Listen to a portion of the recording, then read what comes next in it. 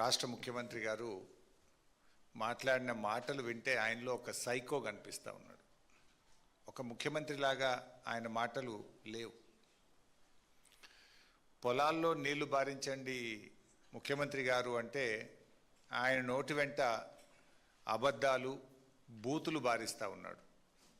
ఇలా రాష్ట్ర రైతాంగానికి రాష్ట్ర ప్రజలకు కావాల్సింది త్రాగునీరు సాగునీరు.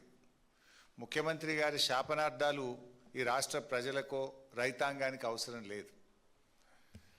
నిన్న ముఖ్యమంత్రి గారు మాట్లాడినటువంటి భాష చూస్తూ ఉంటే ఒక శాడిస్ట్ మాట్లాడుతున్నాడా అనే అనుమానం కలుగుతూ ఉంది.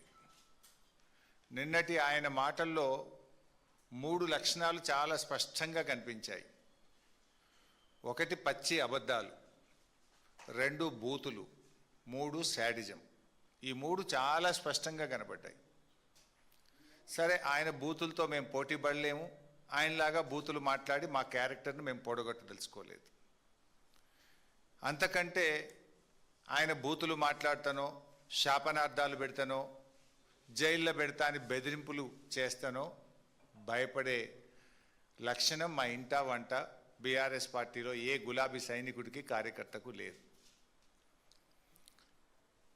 ఇవాళ ఏం మాట్లాడాను ముఖ్యమంత్రి గారు, ఒకసారి ఆ వీడియో చూసి నేను మళ్ళీ ముందుకు పోతా.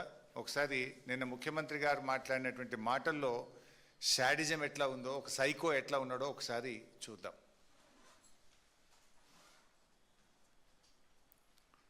దాంట్లో దిగమను, దూకమను, రాయి కట్టుకొని దూకమను, శని పోతుంది. ఎందుకంటే ఇట్లాంటి పాపాలు చేసి ఇంకా ఎక్కువైనాయి. వీళ్ళిద్దరికి బెల్ట్ ట్రీట్మెంట్ ఇస్తే కానీ దారిలో పడరు. వాళ్ళిద్దరికి బెల్ట్ ట్రీట్మెంట్ అవసరం ఉన్నది.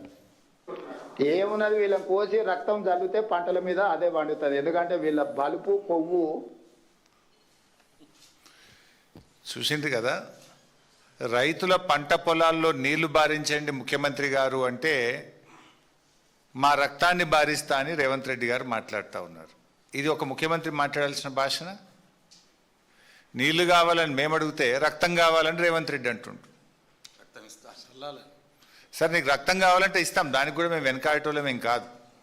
కానీ మాకు నువ్వు నీళ్ళు ఇవ్వడానికి, ఒకవేళ మా రక్తమే నీకు నీళ్ళు ఇవ్వడానికి అడ్డమైతే ఆ రక్తం ఇవ్వడానికి కూడా మేము సిద్ధంగా ఉన్నాం. Subscribe us and press the bell icon for more interesting updates.